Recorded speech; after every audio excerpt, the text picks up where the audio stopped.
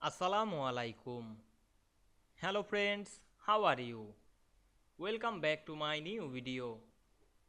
In this video, I am going to show you how to copy and paste on laptop without mouse in Microsoft Publisher. Let's get started. First of all, we have to open a Publisher document with some text.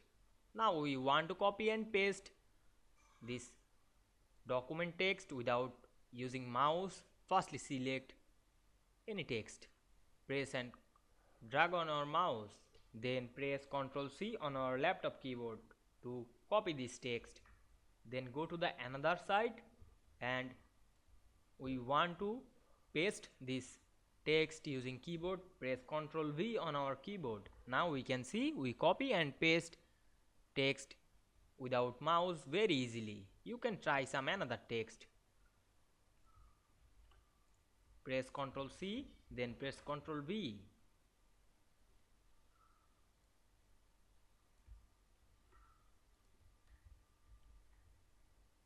Now we can see we copy and paste on laptop without mouse very easily. I hope you enjoyed the video.